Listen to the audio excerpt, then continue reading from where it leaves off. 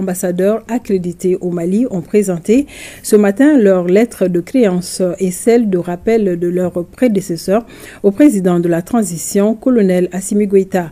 Il s'agit des ambassadeurs de la République du Niger, du Royaume des Pays-Bas, du Canada, de la République bolivarienne, du Venezuela et du Royaume d'Espagne. Les nouveaux diplomates vont travailler au renforcement des liens de coopération entre le Mali et leurs pays respectifs. Sira Bachili était à Koulouba, suivant son reportage. Consolidation de coopération diversifiée et solidifiée. 5 nations renouent avec le Mali. La première sur la marche à Koulouba ce mardi, la République du Niger avec un nouvel envoyé, Adamou Abdou, 59 ans. Toute sa carrière professionnelle a été consacrée à la diplomatie. Dernièrement, secrétaire général adjoint du ministère des Affaires étrangères et de la coopération du Niger, il a gravi les échelons au sein du même département comme d'abord chef de section, ensuite de division avant d'être directeur de plusieurs services. Adamou Abdou a servi au Nigeria et au Ghana comme premier conseiller à l'ambassade du Niger. Le diplômé de l'université de Niamey a une maîtrise en droit public. Après avoir présenté ses lettres de créance et celles de rappel de son prédécesseur au président de la transition, colonel Assimi Goïta, il s'est entretenu avec le chef de l'État. L'ambassadeur extraordinaire et plénipotentiaire travaillera à mieux coordonner les activités de l'Alliance des États du Sahel regroupant le Mali, le Niger et le Burkina Faso. Adamou Abdou est marié et père de 5 enfants. Elle, c'est Kaesilia Theodora Huitcher, ambassadrice agréée du Royaume des Pays-Bas auprès de la République du Mali. Le Mali est sa 5e escale après le Qatar, le Burundi, le Ghana et Cuba. La diplomate est nommée pour la 3e fois ambassadrice après avoir été 2 fois adjointe. Elle est dans les rouages des affaires étrangères du Royaume des Pays-Bas depuis 1996. Kaesilia Theodora a travaillé comme fonctionnaire au Pakistan, au Burkina Faso et en Afghanistan. Elle a également représenté les Pays-Bas au département des Nations Unies au niveau des affaires politiques et juridiques. Elle a en poche un doctorat en administration publique.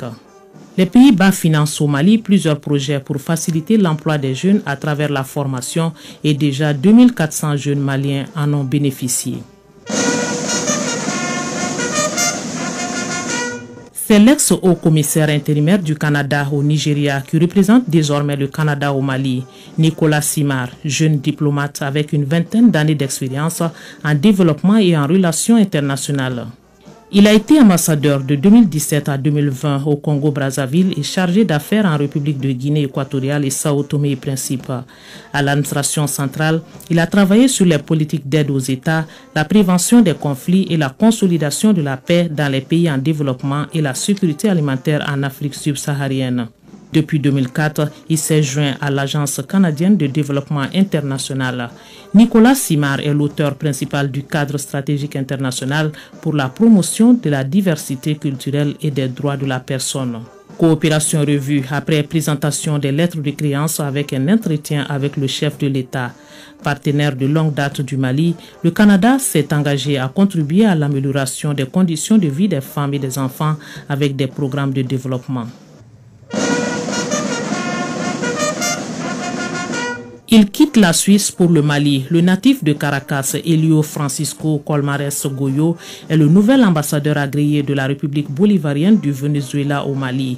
Depuis 2021, il était ambassadeur suppléant à la mission permanente du Venezuela auprès des Nations Unies à Genève en Suisse. Ce fonctionnaire chevronné du haut de ses 66 ans a mis son expérience au service de son pays en occupant 3 portefeuilles ministériels différents, les départements du travail, de l'industrie et de la planification, avant d'occuper 4 directions générales.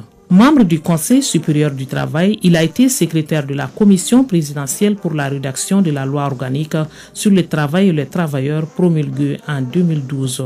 Le spécialiste en administration publique a ajouté 2 casquettes à celle de l'administrateur qu'il est, la formation en mathématiques et en ingénierie des systèmes. Il a expérimenté la diplomatie pendant 6 ans au sein d'organisations internationales comme délégué principal de la représentation de la République bolivarienne à l'OIT. Sa mission au Mali, dynamiser la coopération Mali-Venezuela.